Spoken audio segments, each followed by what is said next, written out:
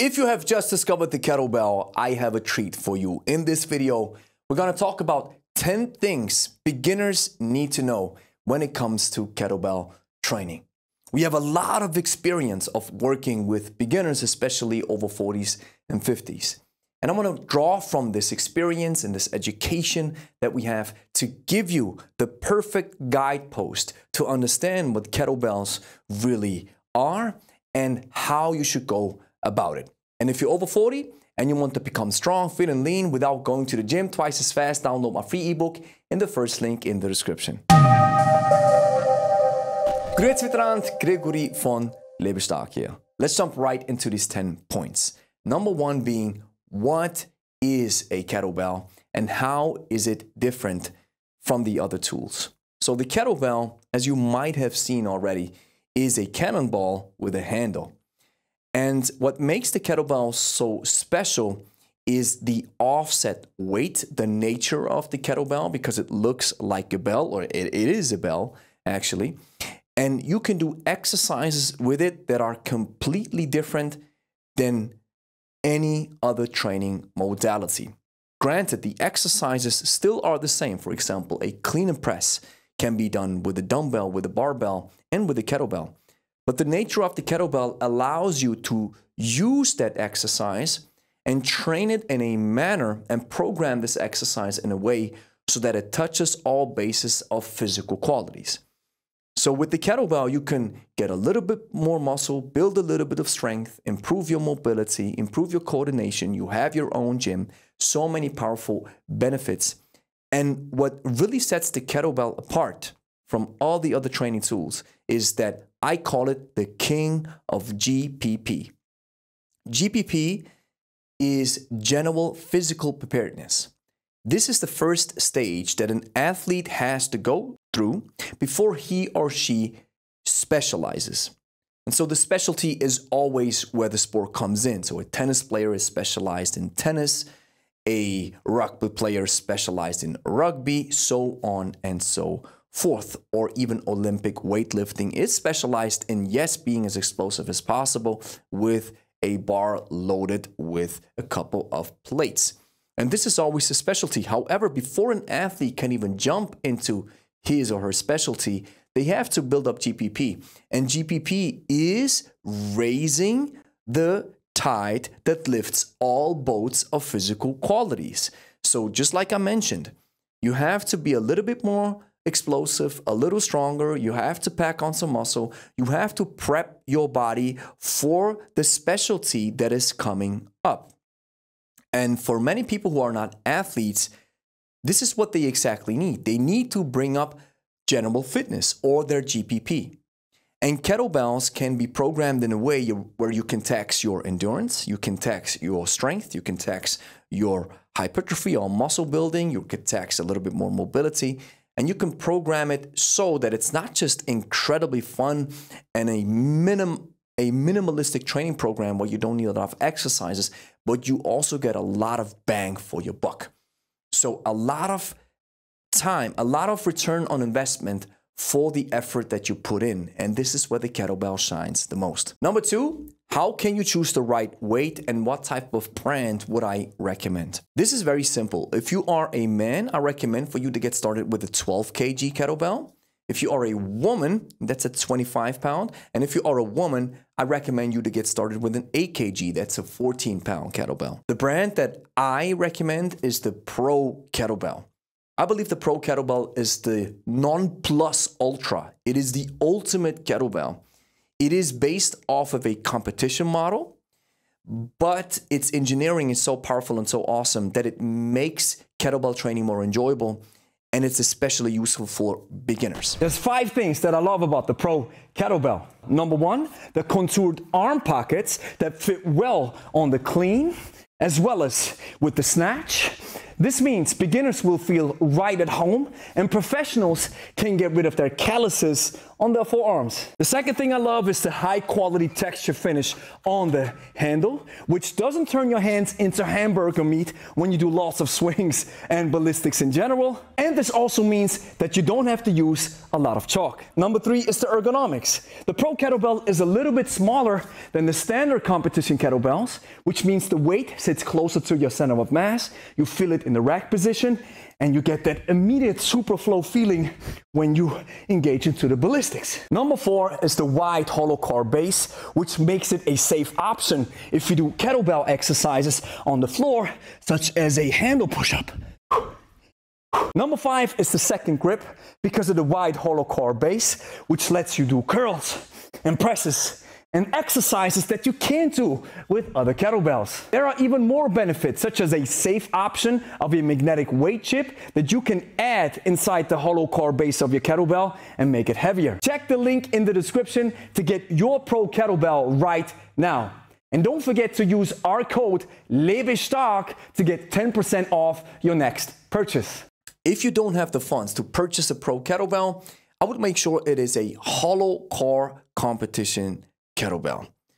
And I've also heard good things about adjustables, even though I don't recommend them as much, but I understand if you don't have a lot of space and you want to make the most out of it, still make sure it's a competition adjustable kettlebell. Number 3, when you get started with kettlebells, you want to learn the basic human movement patterns first. This is what we do with our clients once they get started with us. We do some form of assessment. And we don't do this assessment on a therapeutic basis, but we want to see how well can you move your body? How well developed is your kinesthetic literacy, and are there any issues? So the first exercise that I recommend you to learn is a hinge. A hinge is where you bend the hips, where there's only a micro bend in the knees and the upper body leans forward with the flat back and the spine being straight. This is one of the core movements that you will require once you get started with kettlebells.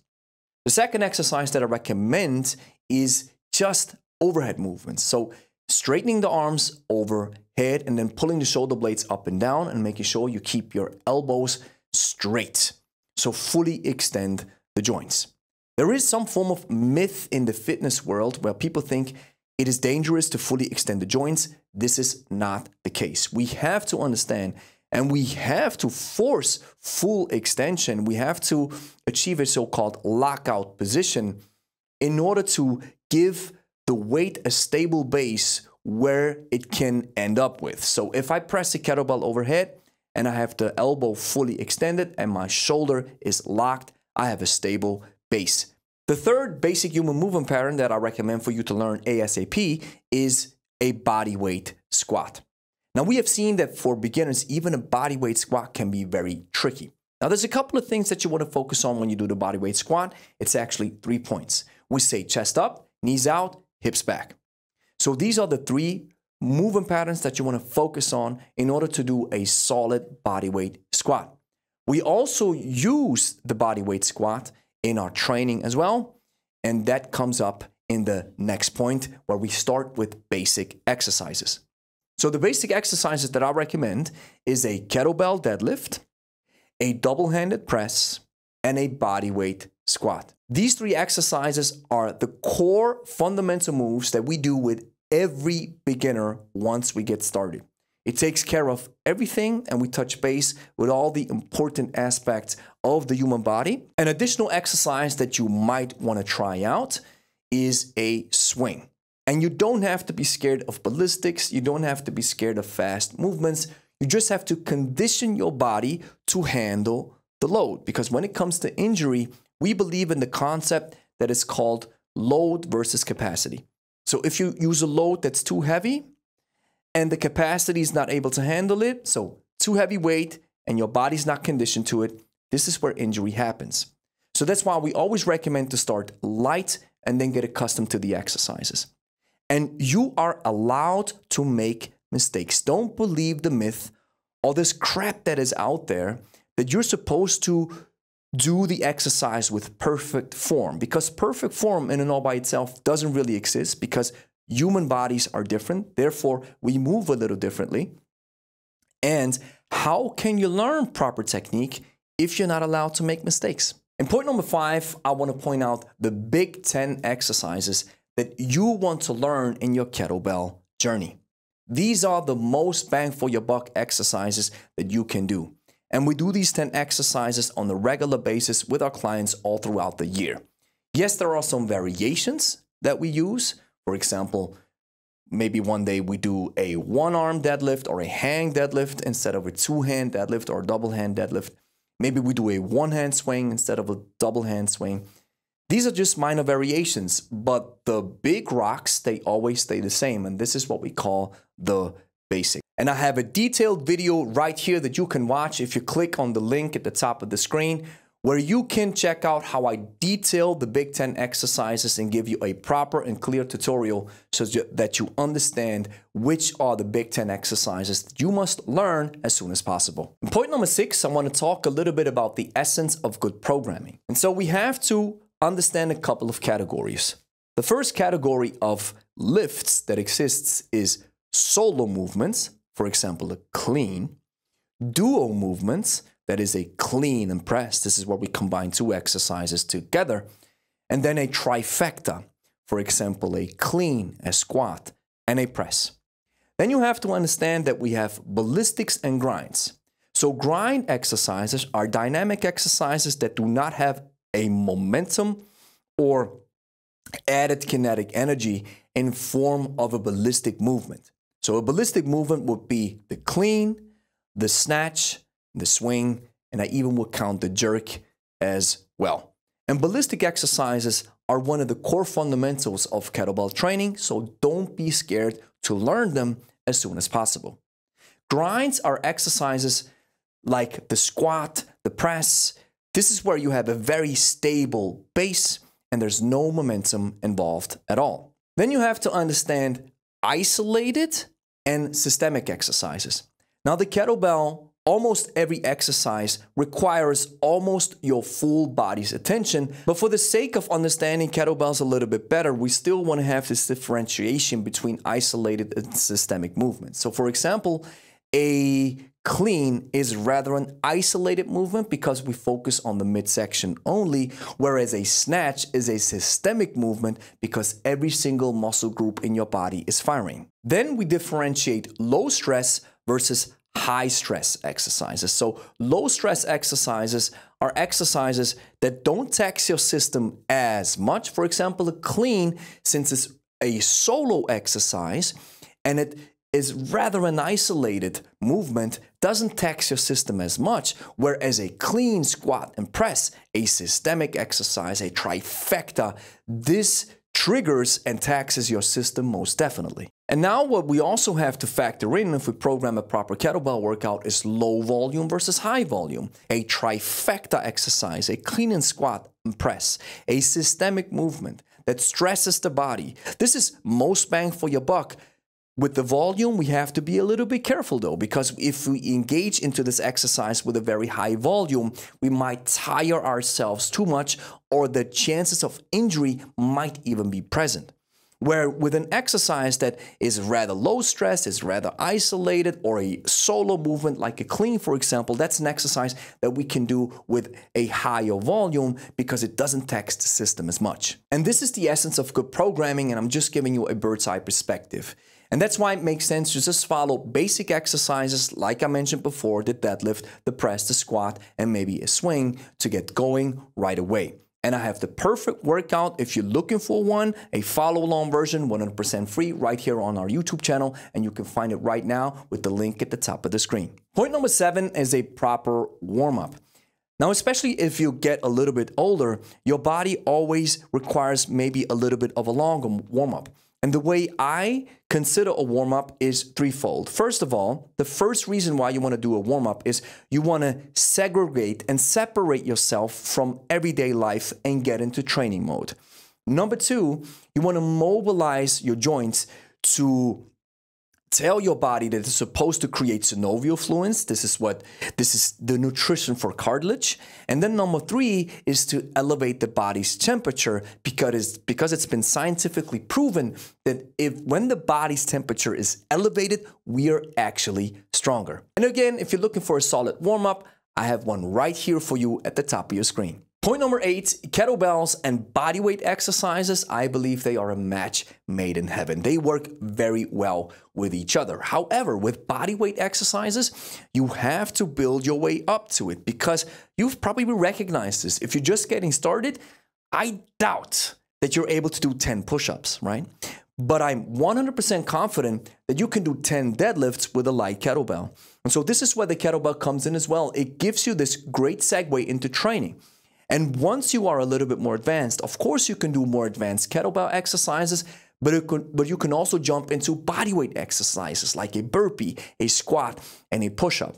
And I consider the 4 horsemen as 4 powerful bodyweight exercises. That is the push-up, the pull-up, dips, and bodyweight squat. And the 5th horseman is the burpee. Number 9, you have to understand how to recover from your workout, understand what kind of volume you just went to, and understand how to progressively overload your training. So recovery is very simple. Always listen to your body. Rest is supposed to be auto-regulated, and I always follow the RPE model. You always want to rest according to your perceived exertion. Just because I or somebody else says, now you have to rest 1 minute, maybe you have to rest a little bit longer because your body requires it so. Volume is always dosage dependent. Once you're getting started, your body's probably not able to tolerate a lot of volume. That's totally fine. And so you slowly condition your body towards being able to handle more volume. And if you're able to handle more volume, this is where the true benefits and gains reside. Of course, you'll be making gains once you get started. I believe after a couple of workouts and maybe 2 to 3 weeks, you should already feel and see some results. But you don't want to stop there because once you progress through the journey and you're able to take on lots of volume, then you're able to tap into the full potential of what the kettlebell can offer you. Because the kettlebell is also a skill question. It's not just monotonously pushing and pulling weights, it's understanding and learning a skill. That's why it requires a little bit more time. And finally, you can progressively overload your body in a very simple manner. Again, you listen to your body. You start with that 8 kg or the 14 pound as a woman, 12 kg or 25 pound as a man, and then you keep working with it. And you can progressively overload to the next step once you're ready to do so by just listening to your body. Once you feel that particular weight that you're using is getting too light, then you should step it up. And for a woman, I think it makes sense to use 2 kg increments. So jumping from an 8 to a 10, and then from a 12 and then to a 14. And for men, it might make sense to stick with the 4 kg increment rule. And finally, number 10, the perfect demographic, which I believe the kettlebell is perfectly made for, is the over 40s, 50s, and 60s, who have been through a lot, who've tried many things in their life, who hate going to the gym, but they recognize that strength is the natural companion of health. And maybe you have seen all throughout your life or thought that the gym is the only method to acquire strength and muscle. That is not the case. You can get in shape with a kettlebell at home way better than at the gym. And you'll do it in less time. Also, you won't be spending 90 minutes at the gym talking with friends, making sure that you don't cross a video of a TikToker or a YouTuber. And then you have to change your wardrobe, you have to take a shower. All those things fall away. And that boring training system at the gym, forget it. The kettlebell is perfect for you if you are in that age group. Now, of course, I'm not saying that the younger folks cannot profit from kettlebell training. Of course they can, the 20s and the 30s. But most of the time, these folks have different goals. And maybe they want to go to the gym to socialize, right? And maybe they only have one focus, building more muscle and stuff, which is fine. That was my journey too. But once you get a little bit older, you might recognize, wow, there's other forms of GPP that are more important than just building muscle, or you have never really found any type of fascination with the gym, and now you finally found it. Let me tell you, many people have gotten into the shape of their life with the kettlebell. Yes, it requires a little bit of skill, and yes, it can be tough sometimes, but the benefits are worth it. As a bonus tip, you might want to invest into quality coaching and courses. Now, I believe you can learn a lot from watching a video. I also believe that if you have a great expert and coach that you watch on a regular basis, that you can learn and really take your knowledge to the next level if you apply it. But sometimes it makes sense to talk to a coach to help you either improve your technique or help you stay accountable. So it might make sense to check out a great coach and a great course so you can get started, so you have a program and a structure, so you don't have to think too much and let the expert do the lifting of writing a program. And the only thing that you then lift is the kettlebell. So here's the next thing that you have to do. Clean and press that like and subscribe button. Share with a friend who's also interested in kettlebells. And if you made it this far, download my free ebook in the first link in the description called the Kettlebell Code. If you're over 40, 50, or 60, you don't have a lot of time, but you still want to take care of your fitness, this is where the kettlebell comes in. And I want to give you a shortcut to success with my free ebook. So what are you waiting for? Download it right now. It's in the first link in the description or in the pinned comment.